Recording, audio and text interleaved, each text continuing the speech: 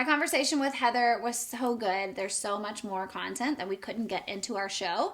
So this bonus clip is for you. Part of the reason that I wanted to do this show, many reasons, but that I felt called to do this show and this podcast was to reach the younger generations. It is, and we're very alike in that. Yeah. You do a lot of work one-on-one, though, a lot of mentoring back at UGA with your sorority, right? Which is? Well, so I'm an AO Pi, Alpha Omicron Pi. I was an active member at Georgia, and I have been an advisor to them for 20 years. 20 years. I started not too long after I graduated from college, and I started at Georgia where I was because I was still living in Atlanta. And then when I married my husband and moved to Nashville, I started advising at Middle Tennessee State University, MTSU. So I have been at that chapter for 16 years. And you mentor them? I do. I am their recruitment advisor and have been their chapter advisor. And I feel like that's my mission field, is to work with women who are 18 to 22 years old. They are going through and navigating hard seasons. Some of them are away from home for the first time. Some of them don't have a great home dynamic. And they just need someone who is there for them, no judgment, helping them to be their best version of themselves, helping them to make those hard decisions, learning from their mistakes, and it is a joy and a privilege to serve those women. I love that. And one of my audacious dreams, I think, is to the younger generations, the future generations coming up, is to just try to help them understand the things that it took me a while to understand. Right. And I know that a lot of it comes with life. But it's important for me too with my kids as well. So 2 parts to this question. What are you seeing in these future generations? Are you seeing there being a shift in how they speak and how they communicate and the decisions they're making? And also, too, what are you doing with your boys? Their ages, what are their ages? 13 and 10. 13 and 10. Is it a saying that you say every day? Are there conversations that you say every day that is just helping them? They're all going to go through their own stuff, but just helping them a little bit learn what it took you a while to learn. So with the girls, the generation that are in college right now that I'm advising is the Z generation, the Zoomers. And they're very different than millennials. I did an entire course and training on how to advise them differently than millennials because they are so driven and motivated and receive feedback completely different than millennials do. Okay. What I am seeing out of them, they're the most closely connected to the greatest generation of all time.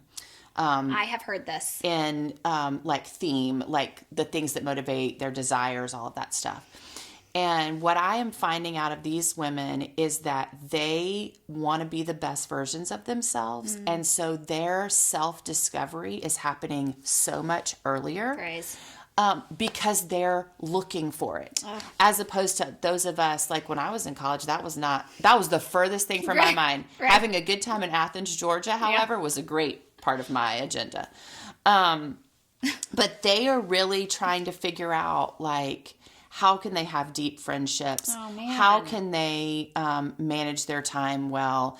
How can the relationships that they're in an intimate sense, be healthy and not toxic?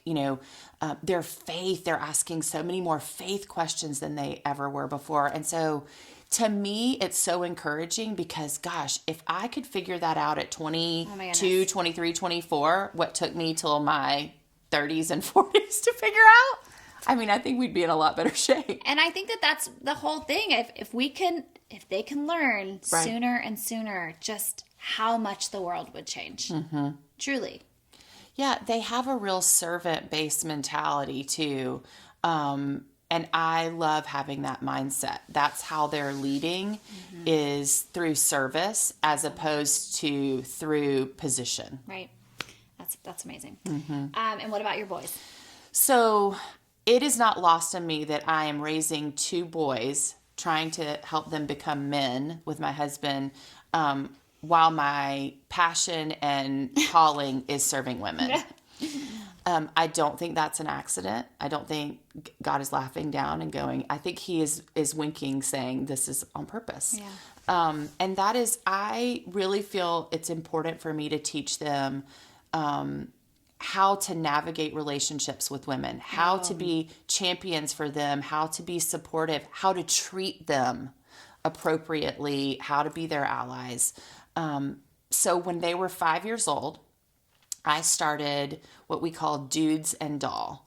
And it's dates. I date my children. And every single month, I have an individual date with each child. And some of them are really low-key and easy. Like we have a picnic in front of the couch and do all their favorite things and just sit and talk and watch our favorite movie. Mm-hmm. Some of them are a lot more elaborate where we go and do something. I'm right now planning, my 10-year-old Thaxton is obsessed with the WWE. And they're coming to Nashville. Yeah. And so I'm planning right now an event to take him to Nashville to that WWE event. That is going to be hysterical. Wild. But I want them to learn how to date before it's time to date. I want them to understand how to have good conversations. Mm-hmm. I don't want them to text to ask somebody out. I want them to understand what face-to-face looks like. And they are growing up seeing a mom who is a CEO and don't think that's unusual. Mm-hmm. They are growing up seeing what it's like to have a 50-50 partnership between me and Matt and not see that that is weird or uncommon, that Matt serves at home just as much as I serve at home. And so I think that's, what is important in order for them to grow up knowing how to interact with women. Man, I have 2 girls. Their names are Georgia, June, and Olive. They will be looking for husbands. I'm just saying. We can do arranged marriages, Lauren. That's so good. Thank you. I mean, I think that if we can, self-discovery, you said, is the new term. Mm-hmm. It'll be something else in 5 years. Right. But I believe that if we can just start little by little, trickling that into their vocabulary and the normal way we communicate with them, I think that that's so good. Well, you forget how much you're modeling for them. Mm-hmm. Your interactions with your spouse models for them how they should treat their spouse and how they should expect to be treated. What kind of work you do, if you're a happy mom or if you're an exhausted, tired, burnout mom. Right. They're seeing all of that modeled. That's right. And they probably see all of that. Oh, they do. They see every bit of that.